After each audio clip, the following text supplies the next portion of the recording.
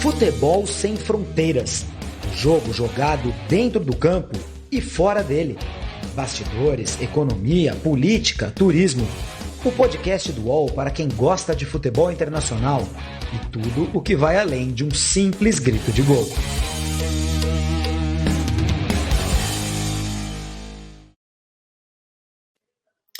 Olá, muito bom dia, muito boa tarde. Está começando agora o podcast Futebol Sem Fronteiras, edição número 18. Eu e Jamil Jad vamos falar sobre Napoli e Juventus, um grande clássico italiano que vai ser disputado neste sábado e que é um resumo dentro da história deste jogo. A gente encontra um pouco da história de norte contra sul na Itália, né? A velha bota que tem diferenças importantes entre essas duas macro-regiões, né? A parte norte do país e a parte sul, onde fica Nápoles, que é a casa desse jogo. Jogo que tem muita história, a gente vai relembrar alguns dos clássicos antigos que marcaram essa rivalidade entre Nápoles e Juventus, falar dos times atuais, lógico, tem jogo no sábado, o drama da Juventus para recuperar jogadores, principalmente da Juventus, mas do Napoli também, para recuperar jogadores sul-americanos que estão disputando as eliminatórias aqui no continente de onde eu falo, né?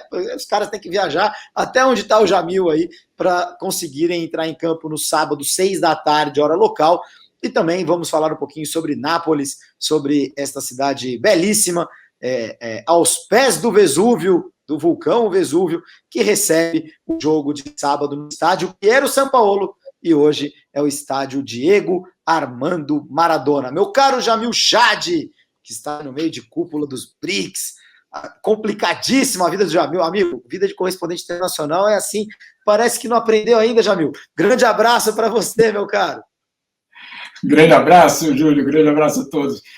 Não, parece que... E não acaba, né? Então, tudo bem. Mas, olha, foi uma semana, e está sendo uma semana super intensa nessa relação entre América do Sul e Europa, e definidora de muitas coisas. Depois a gente fala disso, mas esse jogo é um jogo absolutamente emblemático, não só no futebol, mas também da relação entre o sul e o norte da Itália. Claro, Juve, de Turim, basicamente um dos pilares da economia italiana, um dos centros do poder econômico da Itália, a Fiat, né, que teve sua origem ali, continua, obviamente, com a sua sede ali, e você tem, obviamente, uma rivalidade muito grande com um sul mais pobre, um sul completamente diferente em termos econômicos, em termos da sua própria estrutura da sociedade, e que, claro, quando esses dois times entram em campo, Júlio, eles não entram em campo apenas para disputar uma partida de futebol, é também uma parte da história da Itália que é confrontada. Vamos só colocar aqui, de uma forma bastante clara, a Itália, essa unificação da Itália, ela é, entre aspas, recente. Ela tem aí, de 1861, e, claro, essa unificação, ela teve, na verdade, uma série de histórias que mostram, na verdade, que vários das tradições locais, das questões locais permaneceram. Isso permaneceu. E quando esses times entram em campo, não é por acaso que você tem um reflexo disso na arquibancada. Tem um sociólogo, inclusive o Alberto Testa, que diz que justamente essa relação do norte com o sul da Itália ela é transferida para o campo nesse jogo específico da Juve contra o Napoli. Vamos só dar um passo para trás e lembrar um pouco de onde vem essa rivalidade. Essa rivalidade, ela, na verdade, não é uma rivalidade desde o início da era do futebol moderno. Não é isso. O que aconteceu foi que o controle do futebol italiano, que era pelo norte, viveu uma ruptura em 1986, 87, justamente com o Napoli de Maradona, que, olha só, ganha o Scudetto, mas não é só ganha o Scudetto, ele interrompe anos e anos e anos de vitórias dos times do Norte. Eu peguei aqui um rápido intervalo entre 1974 e 1987, 10 desses campeonatos foram vencidos pelos times do Norte. Isso, se você pegar na história do futebol italiano, isso é permanente. Então você teve o Napoli vencendo o Scudetto naquele momento e mudando, de uma certa forma, a geografia, colocando o sul da Itália, que é a região mais pobre, dentro justamente do domínio do futebol. Vamos só lembrar o que aconteceu. Em 85, um ano antes, na verdade, no campeonato anterior, a Juve do Platini é campeã. A Juve do Platini é campeã. E campeã da Europa, inclusive. Exatamente. Toda aquela polêmica daquela final. De Heisen, sim, aquela tragédia, né? Exatamente. Exatamente. Mas o título está ali, está dado. Sim, a campeã da Europa, o time mais forte da Europa, com um jogo, na época, mais badalado da Europa. Certamente. Então, ela vem para o campeonato seguinte, sendo a campeã italiana e sendo a campeã da Europa. É isso que a Juve chega para esse campeonato. Mas, do outro lado, tem um Napoli com um certo Maradona que também desembarca. E é esse Napoli que vence essa Juve. Então, não é só qualquer Juve que é derrotada, é a Juve campeã europeia, é a Juve campeã italiana. E essa derrota, justamente, da Juve, essa vitória do Napoli, é o que transforma o Napoli, ou essa vitória, em algo tão especial. Porque não é, insisto, Júlio, não é um campeonato italiano naquele momento que tem sérias dúvidas sobre a qualidade, que não está no seu bom momento. Muito pelo contrário, é o campeão europeu do momento que é derrotado pelo Napoli. Então a festa tem todos esses componentes nela e por isso que ela é tão marcante para os italianos, vamos dizer assim, do Sul. Só uma pequena correçãozinha, em 85 quem é campeão italiano é o Hellas Verona. Né? A Juventus era campeã europeia, de fato. Campeã italiana em 84, campeã da Europa em 85.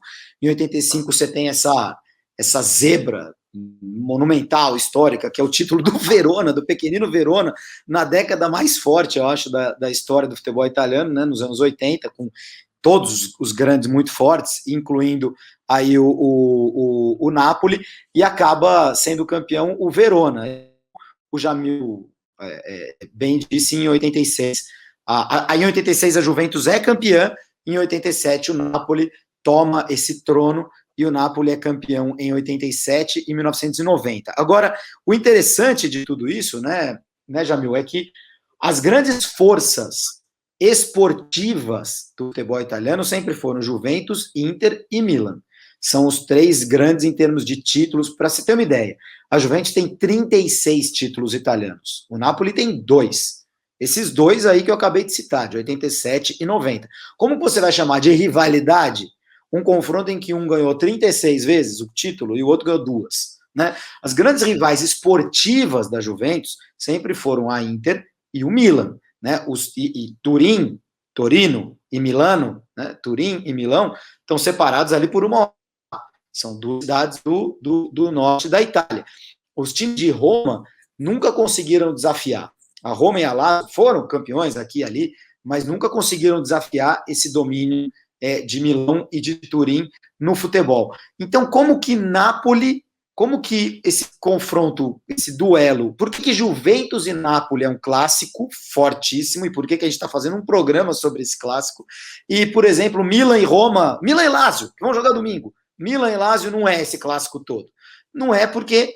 aí que eu queria explorar isso com você, Jamil.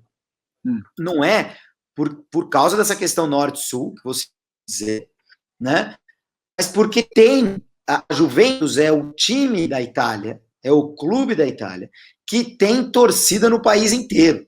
Né? Inclusive fala-se, é um pouco lenda urbana, né? Fala-se, em Turim tem mais torcedor do Torino do que da Juventus, mas a torcida da Juventus no resto da Itália. Não é verdade também, é óbvio que em Turim tem muito mais torcedor da Juventus do que do Torino. Mas na Itália inteira, se você olhar para qualquer região da Itália, sul principalmente, Calábria, Sicília, as ilhas, né, Sardenha, Abruzzo, todas as regiões da Itália, a Juventus é quem tem mais torcedor, tirando o Napoli em Nápoles, o Lazio em Roma, o Inter e o Milan em Milão. O resto da Itália é a Juventus que manda. E é aí, né, Jamil, que esse desafio que o Napoli trouxe nos anos 80, nos anos 70 também, desafiou a Juventus, mas acabou não conseguindo ser campeão. Esse desafio que o Napoli trouxe é uma espécie de resistência, né? Realmente a gente tem que remontar ali para a história do país para entender por que Juventus e Napoli é um grande clássico italiano, apesar de esportivamente haver um desequilíbrio claro entre as duas agremiações. É isso, Júlio. Eu acho que você tocou num ponto bastante importante, porque não é. E eu vou te dar um outro número que, na verdade, reforça a tua tese aí. Em jogos, basicamente, a Juve ganhou 86 vezes e o Napoli apenas 40. Ou seja, você tem, obviamente, uma superioridade muito clara da Juve, inclusive nos confrontos diretos. E se você pegar todos os títulos dos dois clubes, dos principais títulos, obviamente, a Juve tem 70 troféus, contra só 11 do Napoli. Então, obviamente que a gente está falando de duas situações muito diferentes para a gente poder colocar nesse contexto. Mas, como você disse, é parte da história do próprio país, é a própria parte da resistência, vamos dizer assim, do sul mais pobre contra esse norte mais rico, né? E aí você tem, inclusive, nas arquibancadas, nas arquibancadas, uma reação, de fato, a essa realidade. Então, por exemplo, você tinha, por muito tempo, não tenho certeza se isso continua, cantos, basicamente, da torcida da Juve, mas também de outros clubes do norte, chamando, basicamente, ou pelo menos usando termos como seus pobres, cidade cheia de cólera, etc., para designar o torcedor napolitano. Né? Então, você tem justamente esse componente histórico, sociológico, na própria arquibancada para acusar o outro, como se fosse uma acusação. Né? Ô, Jamil, eu diria até que assim, o status, a gente já falou-se muito, ainda mais com a morte, né? Infelizmente, falou-se muito de Maradona. O estádio mudou de nome, né? Em Nápoles. Sim. O estádio mudou de nome, gente, de São Paulo para o Diego Armando Maradona. O estádio agora tem outro nome. Aliás, a inauguração de São Paulo, em 2 de dezembro de 1959, portanto, 41, né? Quase 62 anos atrás, foi no Napoli-Juventus, com a vitória do Napoli por 2-1. Napoli-Juventus foi o jogo que marcou a inauguração desse estádio. Mas a gente falou muito de Maradona no último ano. O status de herói que ele recebeu, que ele tem, status de Deus na Argentina, que tem a ver não só com o título mundial da Argentina, mas com o fato da Argentina ter vencido a Inglaterra numa época de guerra entre os países pelo controle das Ilhas Malvinas, né, as Falkland. Esse status de herói de guerra que o Maradona tem na Argentina, tem algo muito parecido em Nápoles. Por isso tudo que a gente está falando, porque o Maradona foi o herói napolitano que desbancou o Norte, que desbancou a Juventus, da Fiat, do Zanielli, a maior potência, etc. Então, esse status heróico do Maradona não tem a ver só com, entre aspas, só com os 2 títulos italianos, os únicos da história do Napoli, mas com esse componente social de você desbancar o mais forte mesmo, né? Nessa luta entre rico e pobre, entre a área desenvolvida do país e a área mais ou menos desenvolvida, ou subdesenvolvida até, podemos dizer assim, naquela década do país, que era Nápoles. Aliás, eu tenho uma pequena história de Nápoles, porque realmente, se você viaja, você já foi para Turim, você já foi para Nápoles, né? Sim. Né, Turim, eu sei que você já foi várias vezes. Eu fui para Turim, eu fui para as 2 cidades uma vez só. Eu fui para Turim uma vez, fui para Turim 2 vezes. Eu fui sempre trabalhar em Turim, fazer jogo, Olimpíadas de Inverno, 2006, enfim. E para Nápoles eu fui uma vez só, em 2001. Na primeira vez que eu fui para a Europa, 20 anos atrás, eu passei por Nápoles. Não era meu roteiro, mas eu passei porque eu falei com a minha então namorada, hoje minha digníssima esposa, não, temos que comer a tal da pizza de Nápoles. Eu estava com um carro alugado, que eu tinha feito a Costa Amalfitana, estava voltando para Roma, passamos por Nápoles. E aí eu entrei em Nápoles, gente.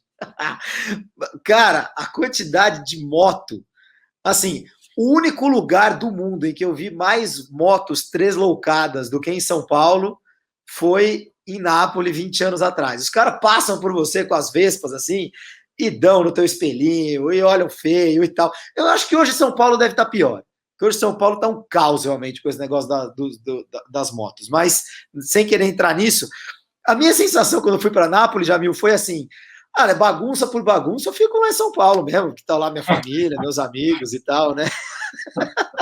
E a pizza super valorizada, hein? Vou te falar que aqui em São Paulo eu como pizzas melhores. Nápoles é muito famosa, aquela pizza fininha, né? A massa fininha, crocante, o pessoal adora, né, Jamil?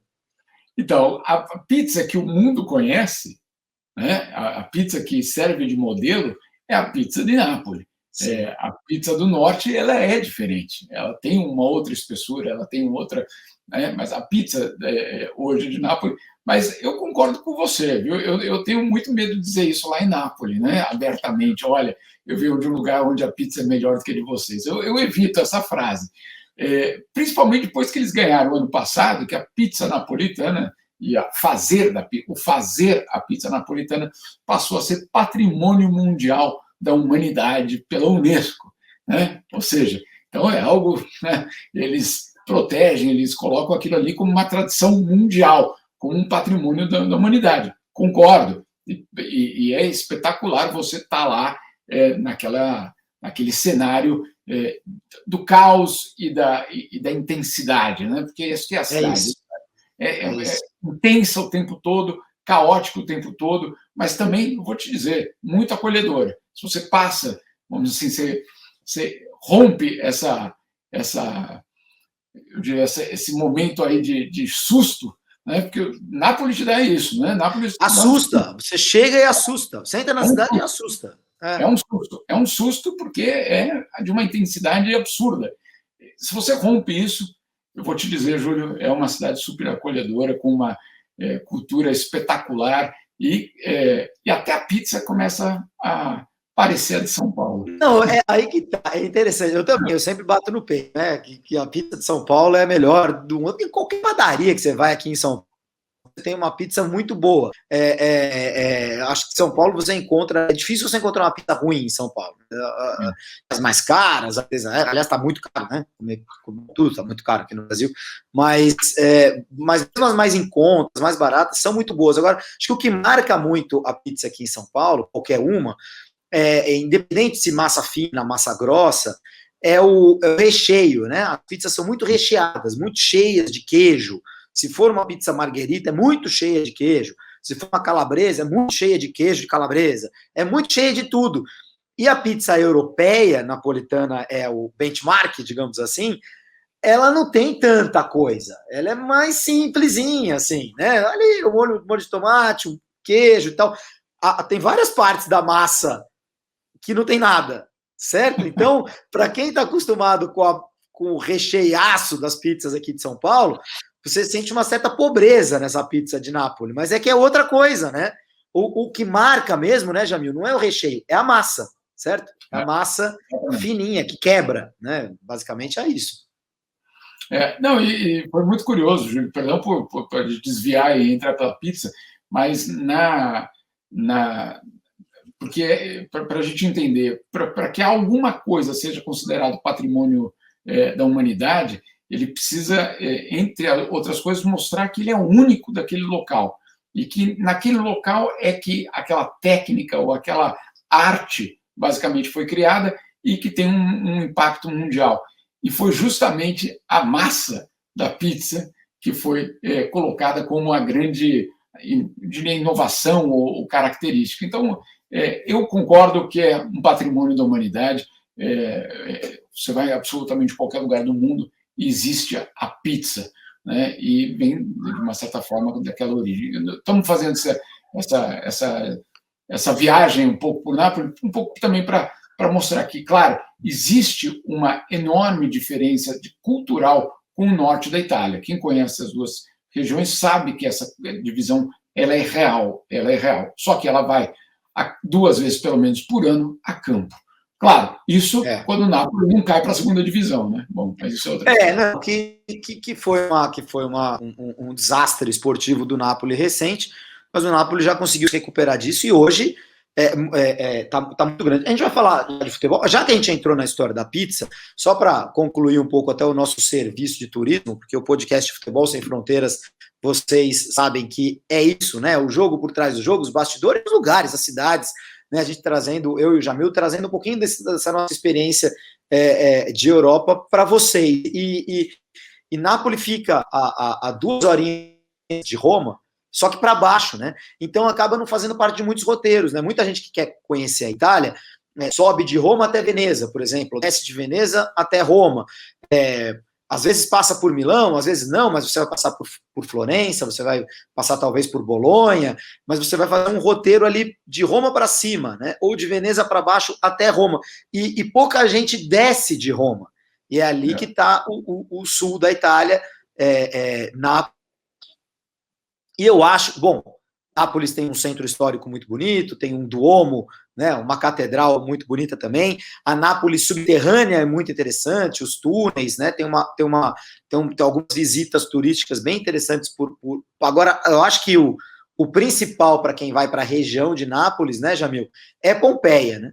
Fica ao lado de Nápoles, não fica na cidade de Nápoles, mas Pompeia, que é a cidade que foi soterrada pelo Vesúvio, quando o Vesúvio entrou em erupção, e descoberta décadas, muito tempo depois, e é uma cidade inteira ali. Eu não conheço, hein? Não conheço Pompeia, quero muito conhecer. Não sei se você teve essa oportunidade, Jamil, mas virou um sítio arqueológico, um museu a céu aberto, porque foram escavando e descobrindo uma cidade que ficou lá. Como dizer, qual que seria o termo técnico? Ficou congelada. Congelada não, né? Porque ela ficou embaixo de lavas, né? Ficou preservada, exato, né? Sob as cinzas dessa erupção do Vesúvio. Deve ser um negócio extraordinário. Quem vai colocar Nápoles no roteiro tem que passar por Pompeia, né, Jamil? Tem que colocar, porque ali é algo absolutamente único. Você viver, ou pelo menos ver uma cidade inteira como ela era, né?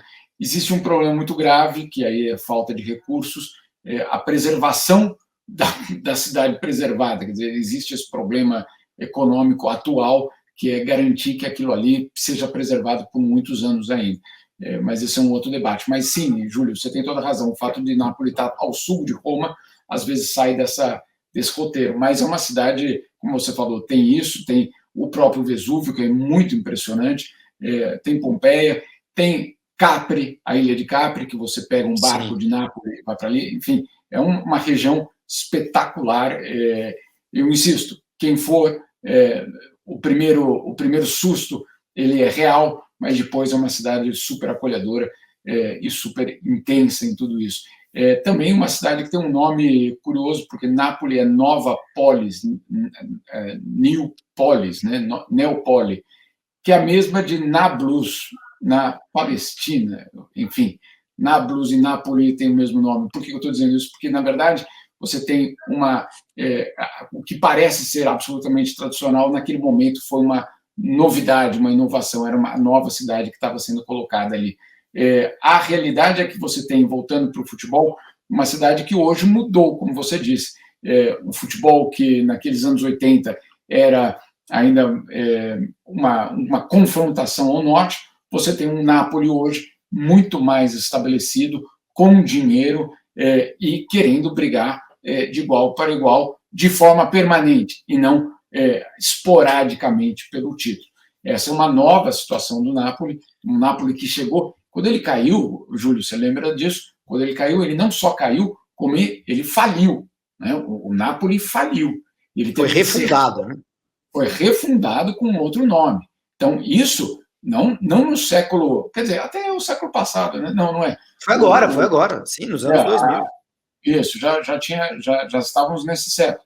E isso também mostra que, de fato, você tem uma comunidade, isso que aconteceu também na cidade. Quando o Nápoles faliu, quando ele caiu para a segunda divisão, tem uma mobilização da cidade para salvar o Nápoles, para colocar o Nápoles de volta nessa situação. e por isso que foi, talvez você se lembre das imagens de quando o Napoli voltou para a primeira divisão. Foi uma festa como se fosse de um título, porque era a volta do Napoli para a primeira divisão, com uma estrutura já diferente, com um projeto diferente e com um projeto que talvez agora comece a dar os seus resultados de uma forma mais permanente. Tudo tudo muito apoteótico, né? Quando se trata do Napoli, os números de pay-per-view foram absurdos, estrondosos, de compra de camisetas. Quando o Napoli caiu, realmente a cidade reergueu o Napoli, e o Napoli, nesses 9 títulos consecutivos da Juventus agora, recentes, que foram quebrados no ano passado, não, né? Nesse ano, mas na temporada passada pela Inter de Milão, o Napoli talvez tenha sido o grande desafiante da Juventus ao longo desses anos, pelo menos ganhou 2 Copas Itálias em cima da Juventus, foi 4 vezes vice-campeão. Enfim, o Napoli hoje faz parte desse mundo de Champions League, né, de sempre se classificar para a Champions League e que tem a chance de disputar o título esse ano. Vamos falar um pouquinho desse ano, só para a gente dar a informação certinha. O Vesúvio soterrou Pompeia e outras cidades no ano 79, ano Domini 79, 2000 anos atrás. Mas o Vesúvio ainda está ativo, e essa região de Nápoles, o Golfo de Nápoles, que tem mais ou menos ali 3 milhões de pessoas naquela área, é considerada a região vulcânica mais perigosa do mundo, né? Porque há outros vulcões maiores, mais poderosos, talvez, do que o Vesúvio, mas tanta gente morando embaixo, né? Como tem nessa região de Nápoles. Tem que ficar na torcida mesmo para o Vesúvio dormir aí por séculos, por milênios, e não entrar em erupção, porque poderia ser realmente uma tragédia muito, muito drástica, né? Falando dos times atuais, o jogo de sábado, 13h, que vai ter transmissão aqui para o público brasileiro nos canais ESPN Fox. João Guilherme, nossos companheiros, vai narrar, o Jean Oddi e o Zé Elias serão os comentaristas. Esse jogo vai ser transmitido aqui no Brasil. Esse jogo é válido pela 3ª rodada do Campeonato Italiano. O Napoli ganhou as 2 primeiras. O Napoli, que hoje é treinado pelo Luciano Spalletti, ex-técnico da Roma, da Inter, que em 25 jogos contra a Juventus ganhou só uma. Então tem aí um pequeno problema na vida do Spalletti chamado Juventus, né?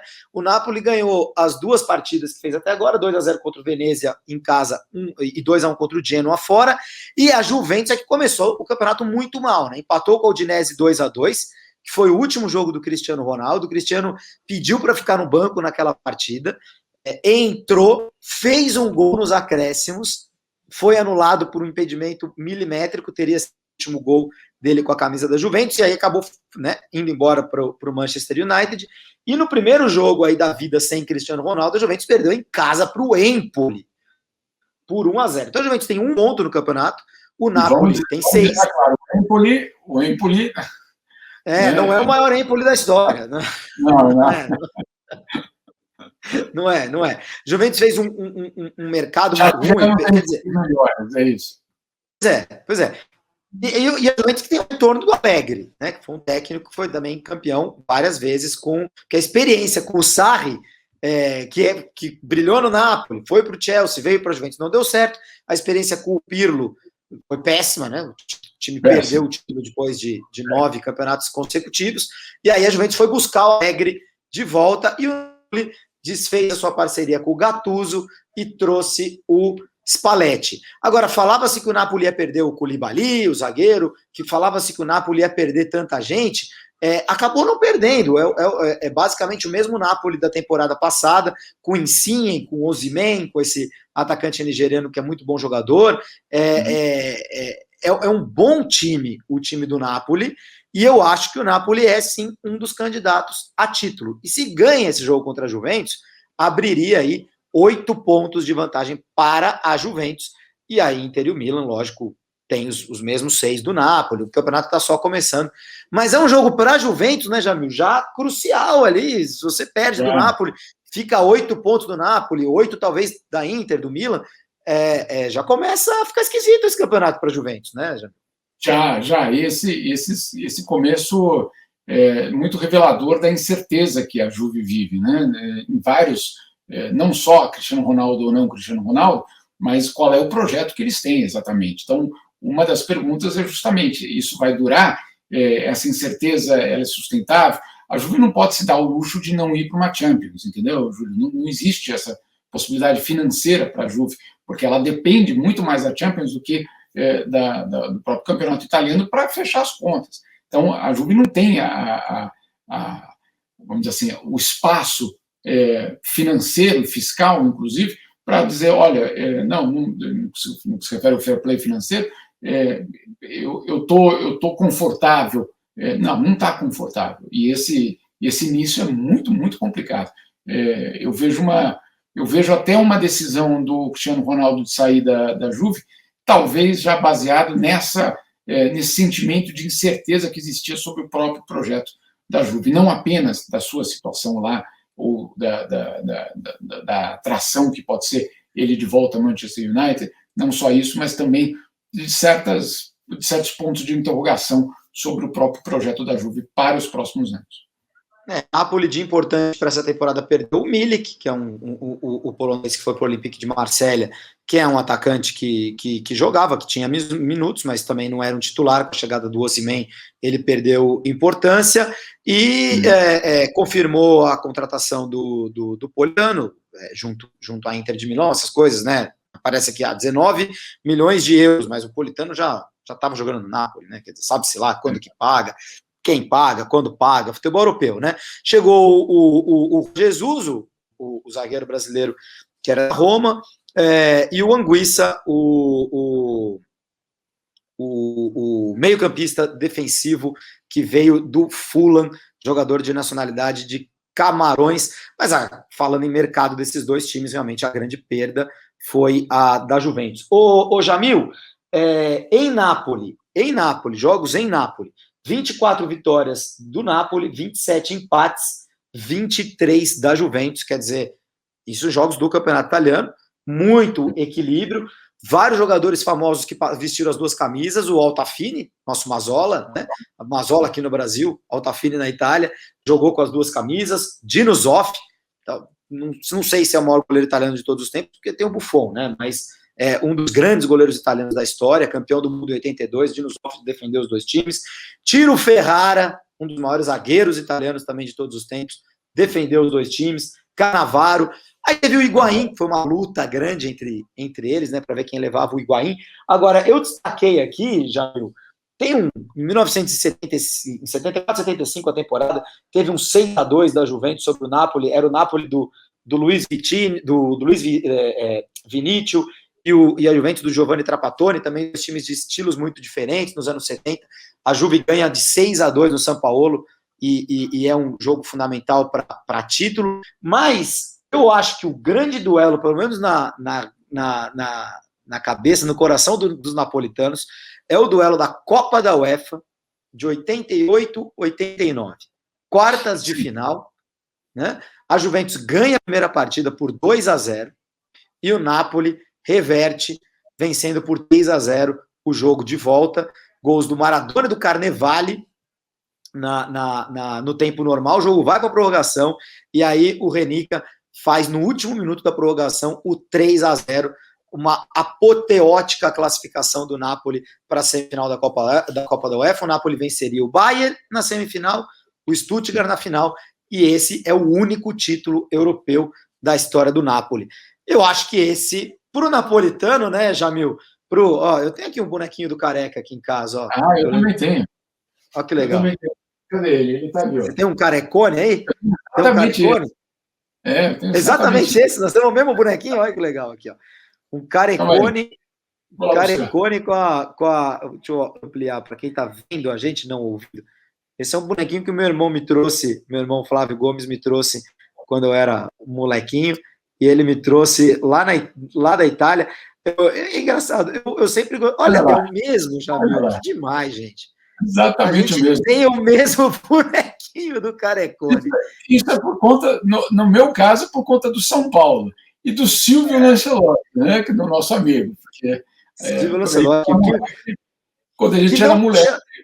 Chamamos o Silvio para participar hoje, infelizmente ele não podia, certamente enriqueceria muito a nossa conversa sobre Napoli e Juventus. Mas que curioso, hein, Jamil? Somos almas gêmeas. Temos o mesmo bonequinho do carecone. Aproveitar e falar disso, a primeira vez que eu fui para Nápoles, eu descobri que você fala que você é brasileiro, Júlio, cara, sai pro abraço, entendeu? Tá em casa. porque principalmente os mais velhos vão se lembrar desse rapaz aqui, do Careca. E foi muito curioso, porque, obviamente, no Brasil, para os São Paulinos, como eu, é um, né, pilar da história do nosso time, mas ele tem eu tenho a impressão de que ele tem uma idolatria maior em Nápoles do que no próprio Brasil, pelo menos. Eu acho também. Eu acho, porque o Careca foi um de tantos jogadores muito importantes da história do São Paulo. E o brasileiro tem essa coisa de seleção brasileira, né? Só respeita quem foi campeão do mundo, né? O Careca, infelizmente, não foi, né? Fez parte de uma seleção espetacular, aquela de 86, e infelizmente se machucou antes da Copa de 82, senão teria sido titular, e talvez a história teria sido outra, né? Tivesse sido outra. E em 90 ele era titular de uma seleção já não tão espetacular. Mas aí no Napoli, em Nápoles, o Napoli é muito mais importante do que a Azzurra, do que a seleção italiana, né? Na Europa, os times são maiores do que os seus feitos por seleções. Mas aí aconteceu algo engraçado, porque eu até perguntei numa das lojinhas ali se tinha alguma camisa do Napoli com o nome Careca. Aí o rapaz me explicou, olha, não, porque na época não tinha o nome do jogador na camisa, pelo menos não na Itália, né? Então, a camisa do Napoli não tinha o nome Careca. E eu estava trabalhando num tribunal, uma cobertura, que o tribunal ficava do outro lado da lojinha, todo dia ele me via. Aí um dia ele me chamou e falou, sabe que você deu uma boa ideia, vamos começar a colocar nome na camisa. Falei, ótimo, né? Aí no dia seguinte ele me veio com uma camisa do Napoli, com o nome Careca. Falou, pode ficar. Falei, pô, espetacular. Então eu tenho uma camisa aqui com Careca, claro que ela não é a camisa, ela é a camisa atual, com o nome do Careca dos anos 80, mas enfim. Para os São Paulinos que estão nos assistindo, vão saber do que se trata isso. Que coisa maravilhosa. E eu acho que é isso. Eu acho que em 1989, essa vitória do Napoli sobre a Juventus, que acabaria no título da Copa da UEFA, talvez tenha sido a maior vitória do Napoli sobre a Juventus. Eu acho que vai dar Napoli sábado. Qual que é o teu palpite, Jamil?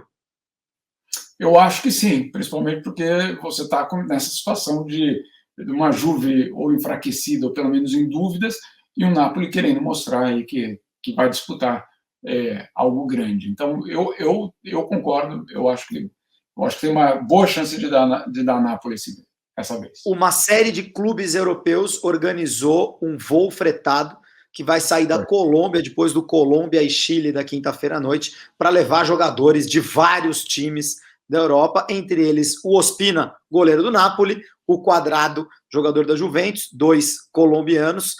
A Juventus deve ter o Bentancur, o uruguaio, de volta, mas os brasileiros, o Alexandre e o Danilo, que jogam no Recife, no Brasil e Peru, têm que voltar para São Paulo e ir para a Itália.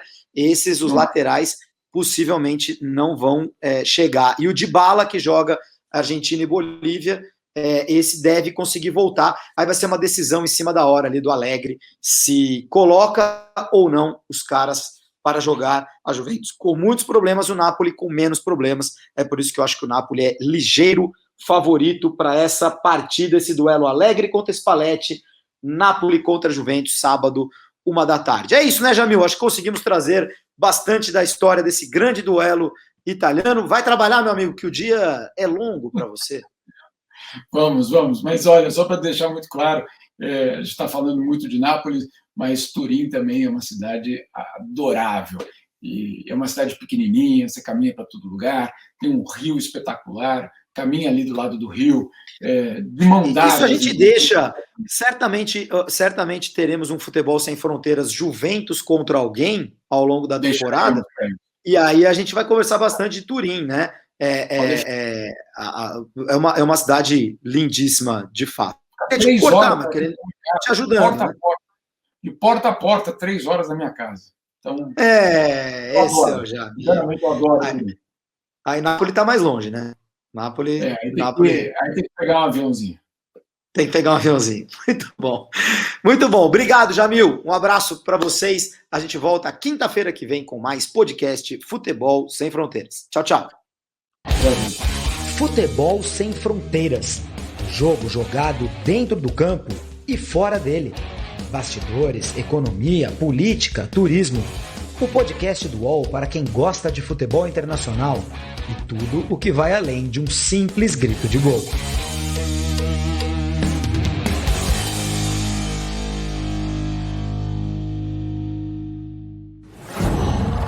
UOL.